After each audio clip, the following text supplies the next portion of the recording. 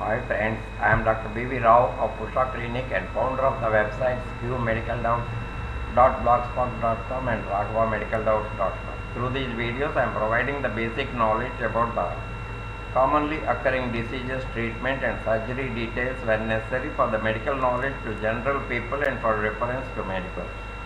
Today I am going to discuss about the infusion and electrolyte balance. When the inorganic salts are in solution, as in intracellular or extracellular fluids of the body, they dissociate into ions.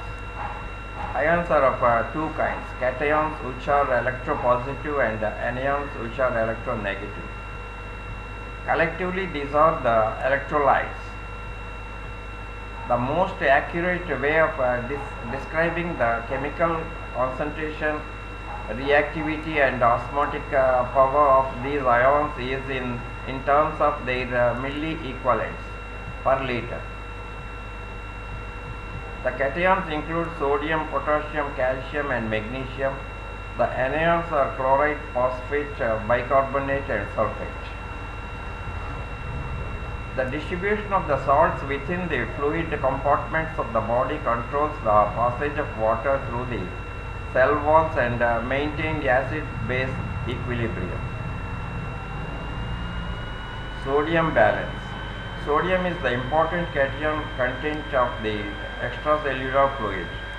The total body sodium amounts to approximately 5000 milliequivalents, of which 45% is in the extracellular fluid and 9% in the intracellular fluid. The remaining 47% is in bones.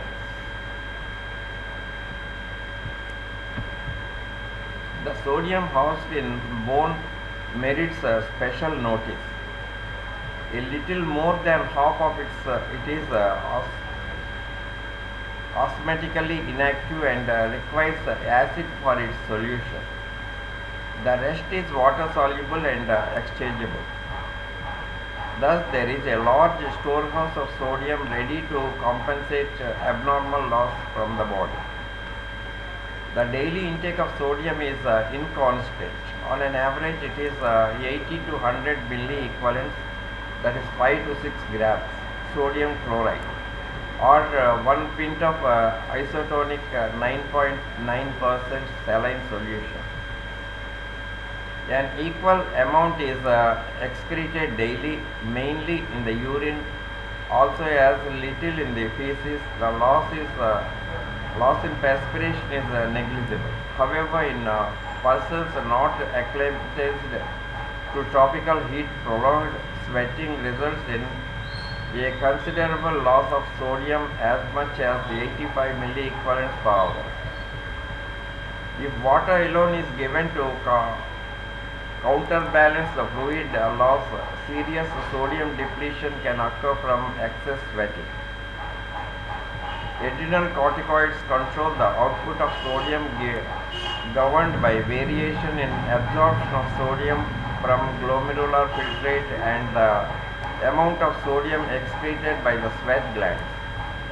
When the adrenal gland is destroyed by disease, there is an unribbled loss of sodium in the urine. However, this inability on the part of the renal tubule to reabsorb sodium from glomerular filtrate does not implement for several days, the reason being sodium excretion shutdown of trauma.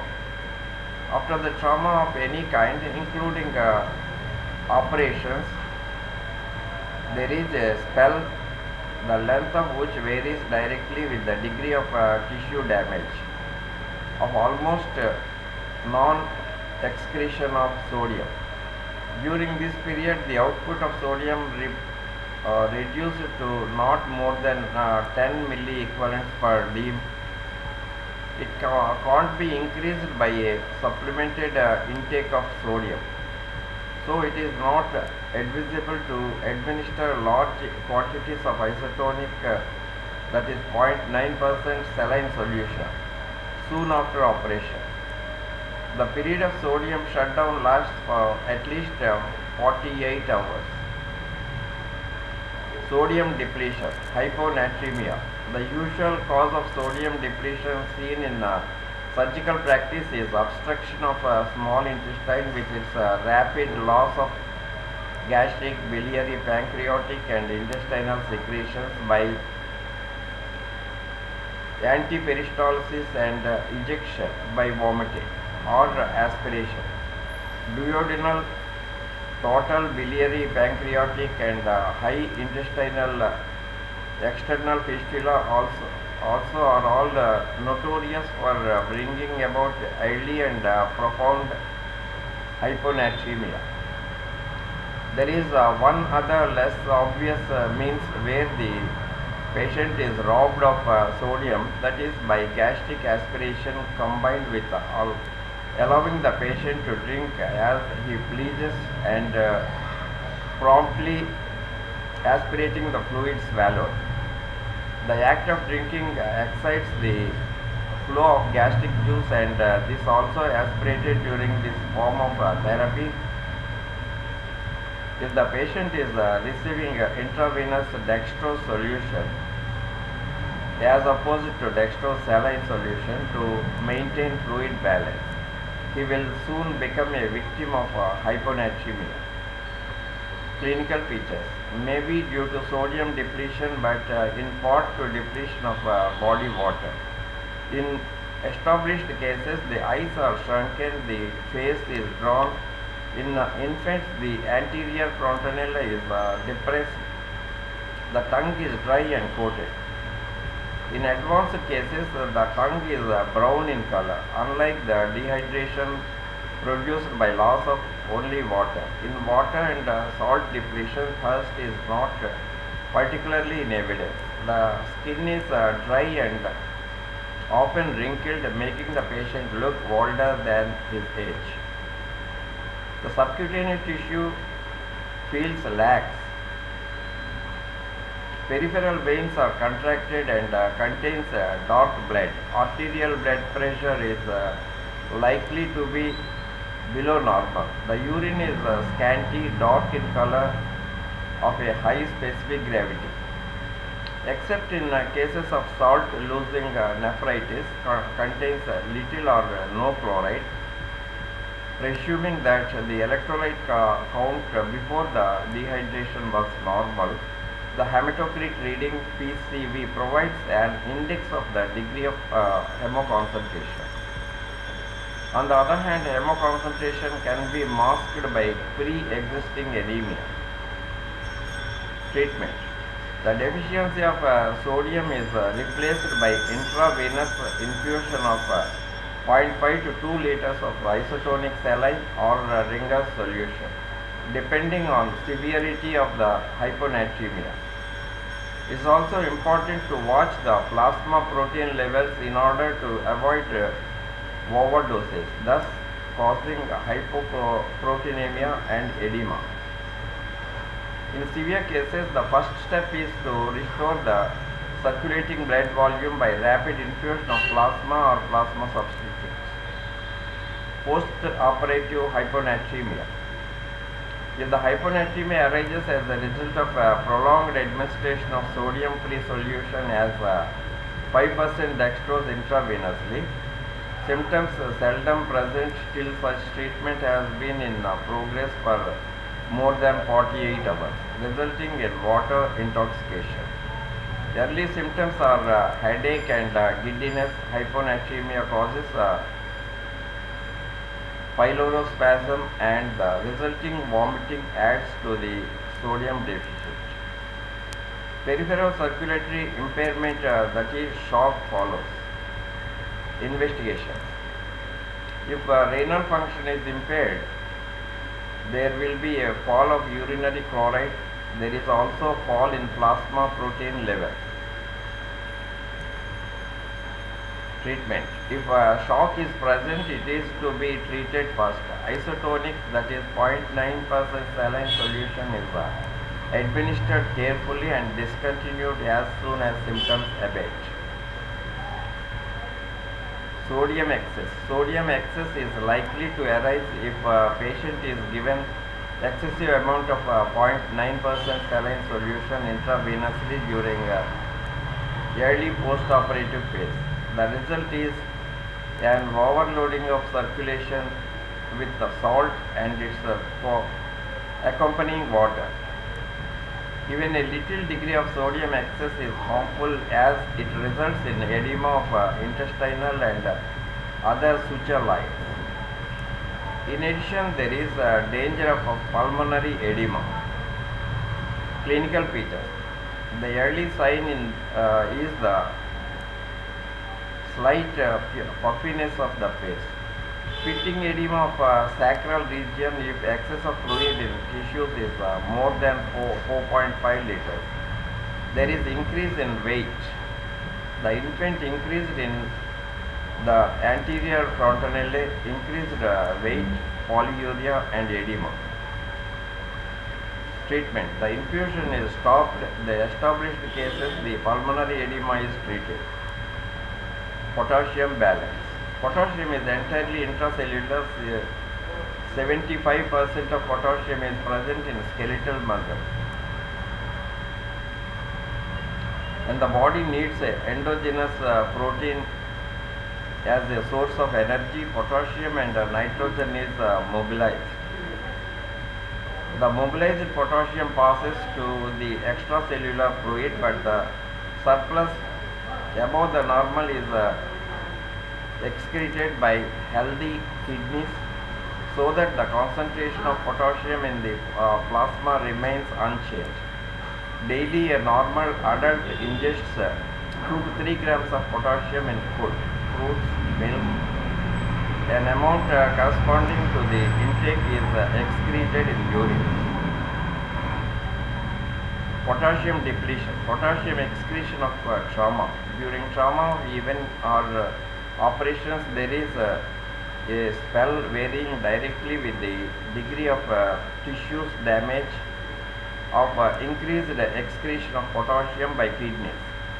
This loss is more during the first 24 hours and lasts for 3 to 4 days. The reserves of body's potassium are so great that unless that patient was severely depleted, the therapeutic administration of potassium does not arise till the 4th day or intravenous administration.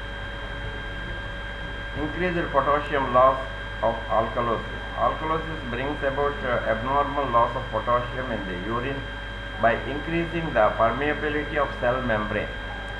In addition to the evil of letting the potassium out, the permeable membranes let the sodium in. This results in hypokalemia from loss of potassium in the urine, but in hyponatremia without any loss of sodium. Hypokalemia can occur suddenly or gradually. Sudden hypokalemia is unlikely to be encountered in surgical practice. It occurs in diabetic coma treated by insulin and prolonged infusion of saline solution. Gradual hypokalemia. It is the type of met with the surgical practice. The diarrhea from ulcerative colitis and loss from external fistula of alimentary tract are fruitful cases. Like duodenal fistula and ileostomy, the potassium content of the discharge from these fistulae is twice that of the plasma potassium concentration. Prolonged gastroduodenal aspiration with fluid replacement by intravenous dextrosaline solution and extensive resection for carcinoma of GI tract. Clinical features. The patient lies in bed, speech is slurred and slow, the patient fails to complete a sentence. Intense drowsiness soon follows and the patient desires is to be left in sleep. Muscular hypotonia is the outstanding physical sign. Reflexes are lost and incontinence of urine is common. Abnormal distension is present. In all cases, the plasma potassium value is investigated. Weakness of respiratory muscles occurs and results in rapid, shallow, gasping respiration. The diastolic blood pressure is low, but there is a bounding pulse and pre-systolic murmur, and ECG showing prolonged QT interval, depression of ST segment, and inversion of T wave. Treatment. Oral potassium. Potassium is usually given in the form of milk, meat, extract, and fruit juices. In advanced cases, potassium chloride 2 milligrams efficient tablet is given by mouth 6 hourly. If the patient is sleepy, potassium is given by transanal intragastric drip. Intravenous potassium. The administration is controlled. Plasma potassium level is checked daily. The urine output must be adequate, 500 ml in 24 hours. If there is alkalosis, an ampule containing 2 grams of potassium chloride is added to 500 ml of 5% dextrose solution, and this is gravitated into a vein at the rate of 20 drops per minute. If there is no alkalosis, potassium deficit can be restored by Darrow's solution.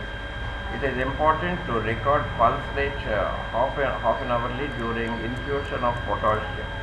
If pulse becomes slow, to substitute 5% dextrose solution for potassium.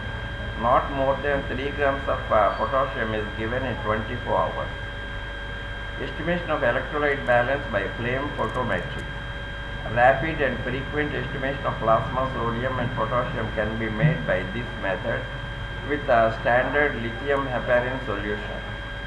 Normal electrolyte values for plasma: sodium 137 to 147 milliequivalents per liter, or 315 to 338 milligrams per 100 ml. Potassium 4 to 5.5 milliequivalents per liter, or 16 to 22 milligrams per 100 ml. Chloride 95 to 105 milliequivalents per liter, or 550 to 620 milligrams per liter. Sodium bicarbonate 25 to 30 milliequivalents per liter, or 55 to 70 volume carbon dioxide per 100 volume. That's all about the electrolyte balance, and in the next video I will discuss about some other disease. Thank you.